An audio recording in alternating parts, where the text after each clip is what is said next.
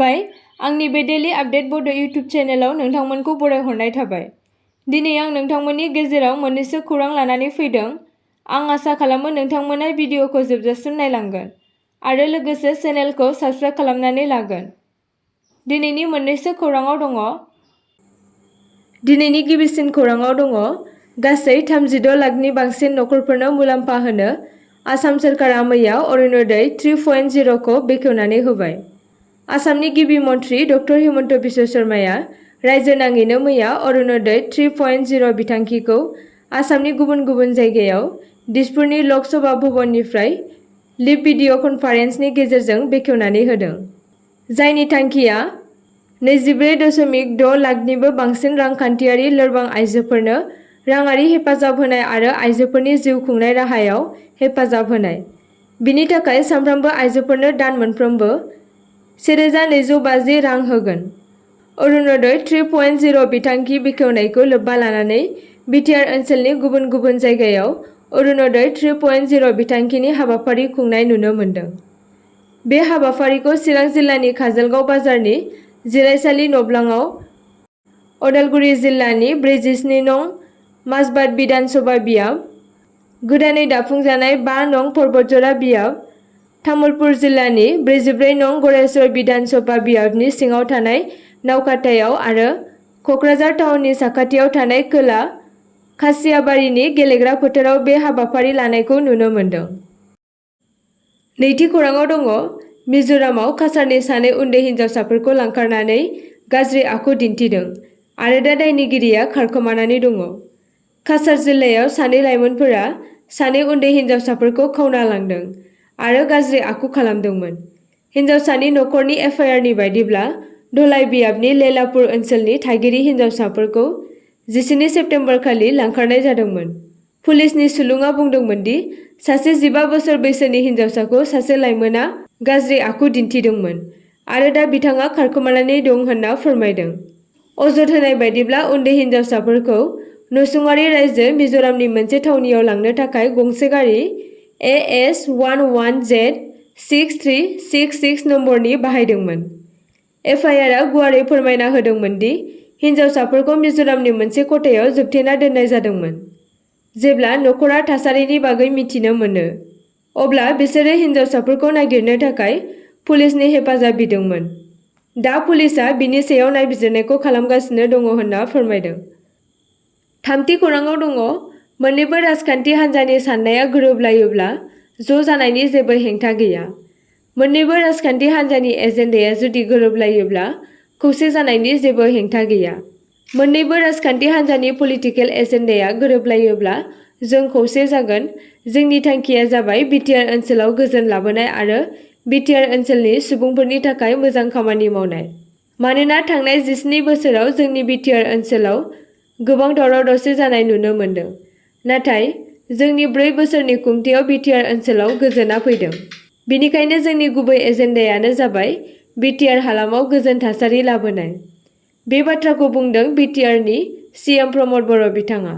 मैयानि कक्राझार जिल्लानि खासियाबारिनि गेलेग्रा फोथाराव खुंजानाय अरुणोदय 3.0 नि हाबाफारियाव। थांनाय 15 आगस्तखालि दुलाराय बर' फरायसा आफादनि आफादगिरि दिपेन बर'आ बर' हारिनि खौसेथिनि बाथ्रा बुंनायनि सायाव बर' दैदेनगिरिफोरनि गेजेराव खौसेथिनि बाथ्रा बुंनायखौ नुनो मोनगासिनो। बे बाथ्रानि सायाव आसामनि गाहाय मन्थ्रि हिमन्त बिश्व शर्मायाबो माखासे खोथा बुंदों। इउपिपिएल आरो बिपिएफ मोन्नैबो राजखान्थि हान्जाया ज' जाना राजखान्थि गेलेयोब्ला आरो ज' खुंथाय सोरखार दायोब्ला बे मोनसे मोजां खोथा आरो बे मोननै हान्जानि ज' जानायाव बिजेपि दोलोआ मोजां मोनगोन। बिसोर मोन्नैनि राजखान्थि हान्जानि ज' जानायाव बिजेपि दोलोआ जेबो लोब्बा गैया। मानोना जों बर'फोरनि गेजेराव खौसेथि जानायखौ लुबैयो होनना। ब्रैथि खौराङाव दङ खारबाय थानाय रेलगारियाव सोमोनांथावै सासे बर' सुबुंनि गोथै सह' मोन्दों। खारबाय थानाय राजधानी एक्सप्रेसआव सासे आइटिबिपिआव साख्रि मावनाय हाबिलदार नार्जारी मुंनि गोथै सह'खौ गावनि सिटआवनो गोग्लैना थैना थानाय थासारियाव बोखांनो मोननाय जादों होनना फोरमायदों। हरखाबै आलिगड़ स्टेशनाव ट्रेनाव थानाय माखासे दावबायारिफोरा बिथां हाबिलदारखौ थैना थानाय थासारियाव नुनो मोनो आरो बिथांनि नखरजों सोमोन्दो लाखिना खौरां हरो। जिउ गोमानाय हाबिलदार नार्जारिया सालमारा महकुमानि 5थि खौराङाव दङ। मिरुआ 1643 किल'मिटार भारत म्यानमार सिमायाव बेरा होनो थाखाय 31,000 कौटि रां बाहायगोन। हायुङारि रैखाथिखौ बांहोनो थाखाय मिरुआ म्यानमारजों गासै 1643 किल'मिटार गोलाव बाउन्डारिज बर्डार होनो सानथांखि फोसावदों। मानोना हादरनि बाउन्डारिजआ मोजां नङिनि जाहोनाव माखासे सुबुंफोरा हाथियार, गुलि बारुद आरो फेग्रा बेसाद फालांगि खालामो। बे थांखिनि मावथांखिनि थाखाय 31,000 कौटिसो रां खरसा जागोन होनना फोरमायनाय जादों। मिरु नखर मन्थ्रि अमित शाह बिथाङा आयेन बेरेखा हाबाफोरखौ होबथानो आरो ओनसोलाव गोजोनखौ रोखा खालामनो थाखाय सिमाखौ रैखाथि होनाया गोनांथार होनना फोसावदों। रैखाथिनि सायाव केबिनेट कमिटिआ मणिपुर, मिज'राम, नागालेन्ड आरो अरुणाचल प्रदेशआव गोसारनाय इन्टारनेशनेल बाउन्डारि होनाय आरो बेजों सोमोन्दो गोनां लामाफोरखौ लुनो थाखाय खान्थियारि गनायथि होदों। बे थिरांथाया मिरुनि इन्डिया-म्यानमार फ्री मुभमेन्ट रेजिमखौ फोजोबनायनि उनाव फैदों, जाय सिगाङाव सिमा खाथियाव थानाय थागिरिफोरखौ दलिल गैयाजासे गावजों गाव 16 किल'मिटार बारनानै गावजों गाव ओनसोलाव हाबनो गनायथि होदोंमोन। मणिपुरनि गिबि मन्थ्रि एन बीरेन सिंहआ म्यानमारजों मणिपुरनि 400 किल'मिटार सिमाखौ रैखाथि होनायनि गोनांथिखौ नोजोर होनानै फेग्रा मुवा फालांगि आरो गुबुन आयेन बेरेखा हाबाफोरनि हेंथायै सांग्रांथि बांहोनायनि गोनांथिनि सायाव गोसो होदों। 6थि खौराङाव दङ। वान नेशन वान इलेक्शन बिथांखिया केबिनेटनिफ्राय गनायथि मोनबाय। लकसभा आरो रायजो आयेन आफादफोरनि बिसायख'थि मोनसे समावनो खुंनायनि थिरांथा लाबाय। मिरु केबिनेटआ बुधबाराव वान नेशन वान इलेक्शननि थांखिखौ गनायथि होयो। सुलुंनिफ्राय मिथिनो मोननाय बायदिब्ला, मोनसे समावनो बिसायख'थिखौ सुबिदा खालामनो थाखाय बे बिलखौ संसदनि जानो गोनां गोजां बोथोरनि जथुम्मायाव लाबोनायनि आसा दङ।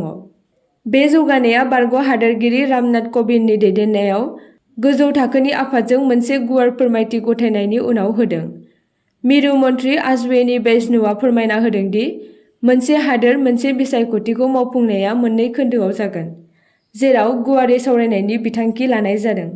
मार्चआव हादोरगिरिनो गथायनाय कमिटिनि 18,626 बिलाइनि फोरमायथिया लकसभा आरो रायजो आयेन आफादफोरनि बिसायख'थिखौ जुदा-जुदा खालामालासेनो एखे समावनो जागायनो सुबुरुन होयो।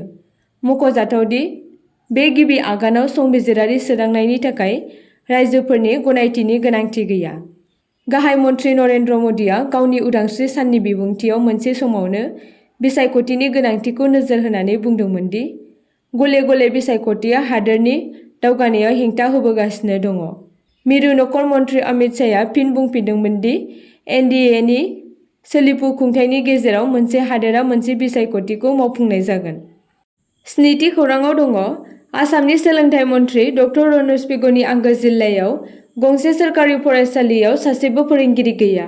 धेमाजि जिल्लानि सिमेन्साप्रि हालामनि सिङाव थानाय मानिकपुर बर' गुदि फरायसालियाव सासेबो फोरोंगिरि गैयैनि खौराङा मैया सोराङाव फैदों। मिन्थिनो मोननाय बायदिब्ला, मानिकपुर बर' गुदि फरायसालियाव थांनाय 1 दाननि सिगांनिफ्रायनो सासेबो फोरोंगिरि गैया, जायखौ लानानै दा फरायसा आरो दिथागिरिफोरा जोबोर जिंगायाव गोग्लैदों। मानिकपुर बर' गुदि फरायसालिनि लोगो फोरोंगिरि प्रमिला ब्रह्मआ आजिरा मोनखांनायनि उनाव गाहाय फोरोंगिरि जारिमिन मुसाहारियाबो गुबुन फरायसालियाव ट्रान्सफार लानानै थांनायनि थाखाय दिनै बे फरायसालिया फोरोंगिरिनि आंखालजों भुगिनो गोनां जादों। नाथाय दुखुनांथाव बाथ्रा दि फरायसालियाव फोरोंगिरि गैयै थासारिखौ नुनायनि उनावबो सरकारनि फारसेनिफ्राय दिनैसिम जेबो राहा खालामनानै होआखै होनना फोरमायदों। मानिकपुर बर' गुदि फरायसालियाव सासेबो फोरोंगिरि गैयैनि जाहोनाव फरायसाफोरनि इयुनखौ साननानै दासान्दि फरायसाफोरनि बिमा-बिफा, दिथागिरि आरो ओनसोलनि माहारियारि आफादनि दिथागिरि बिथांमोनहा जोबोर गोनो गोथोआव गोग्लैदों आरो थाबैनो बे फरायसालियाव गोदान फोरोंगिरि थिसनथाइ होनो थाखाय सरकारखौ खावलायदों। 8थि खौराङाव दङ। मिरु दावबायथाय बिफानआ आसामनि सुवालकुसिखौ क्राफ्ट केटेगरियाव साबसिन दावबायारि गामिफोरनि गेजेराव मोनसे महरै गनायथि होदों। मिनिस्ट्रि अफ टुरिजम बिफानआ आसामनि सुवालकुसिखौ आसामनि मादाव मोनसे शिल्प थाखोनि साबसिन दावबायारि गामि महरै गनायथि होदों। सानजानि मेनचेस्टार मुङै मिन्थिजानाय सुवालकुसियाव रेशम दानायनि धोनि दोरों गुबैयै आसाम मुगानि थाखाय फालिनाय जायो। गिबि मन्थ्रि हिमन्त बिश्व शर्माया गावनि ससियेल मिडियायाव बे जाफुंसारनायखौ बाख्नायदोंमोन आरो दावबायारिफोरखौ गामि नायदिंनो थाखाय थुलुंगा होदों। आसामनि कामरुप जिल्लायाव थानाय सुवालकुसिया गोबां बोसोरनिफ्रायनो जि दानायनि मोनसे मिरु। सुवालकुसियाव मुगा सि दानायनि दोरोङा 11थि जौथाइनि पाल राजफोलेरनि राजा धर्मपालनि खुंथायनि समाव। दिनै बियो आसामनि हारिमुआरि आरो रांखान्थियारि नुथायनि मोनसे गोनांथार बाहागो जानानै दङ, जाय सोहोरनि जारिमिनारि गोनांथि आरो दारिमिननि रोंग'थिखौ दिन्थियो। गुथि खौराङाव दङ। जरहाटआव मोजां मोनलायनाय सासे हौवाया गावनि मोजां मोननायखौ गोबौ ब्लेडजों गाग्लोबदों। जरहाटनि सिनामारा पुलिस थाना ओनसोलनि सिङाव थानाय राजबारि ओनसोलाव मोनसे गिख्रंथाव जाथाय जादों, जेराव सासे हौवाया 17 बोसोर बैसोनि गावनि मोजां मोननाय हिन्जावसाखौ ब्लेडजों बुथारनो नाजादोंमोन। बे जाथाया मंगलबारखालि जादोंमोन, जेब्ला हिन्जावसाया बाथरुमसिम थांगासिनो दङमोन आरो दायनिगिरि रहित राजपुरा बिनि गोदोनाखौ दानस'ना गाग्लोबदोंमोन। रिपर्टनि बायदिब्ला, बे जाथाया हौवा आरो हिन्जावनि गेजेराव मोजां मोनज्लायनाया गावस्रालायनायनि उनाव जादोंमोन। फोरमायनाय बायदिब्ला, आइजोआ गावनि मोजां मोननाय सेंग्राजों गावसोर सानैनि मोजां मोनलायनायनि सोमोन्दोखौ फोजोबदोंमोन। बिनि उनावबो हौवाया बिथांजोखौ मेसेज आरो कल खालामबाय थादोंमोन होनना बुंदों। हौवाया हिन्जावसानि न'नि सिथ्लायाव थाखुमानानै हिन्जावसाखौ गाग्लोबनायनि सिगां मोनसे खाबु लानानै जेब्ला हिन्जावसाया बाथरुमसिम थांगासिनो दङमोन, अब्ला बिथाङा हरखाबै गोबौ ब्लेडजों हिन्जावसानि गोदोनाखौ हादोंमोन। जाथाय जानायनि सिगां बिमादैया बेखौ न' खाथियाव नुदोंमोन आरो बिखौ ओंखारलांनो थिनदोंमोन, नाथाय बियो थाङाखैमोन। गाग्लोबनायनि उनाव सेंग्राया जाथाय जायगानिफ्राय खारखोमालाङो।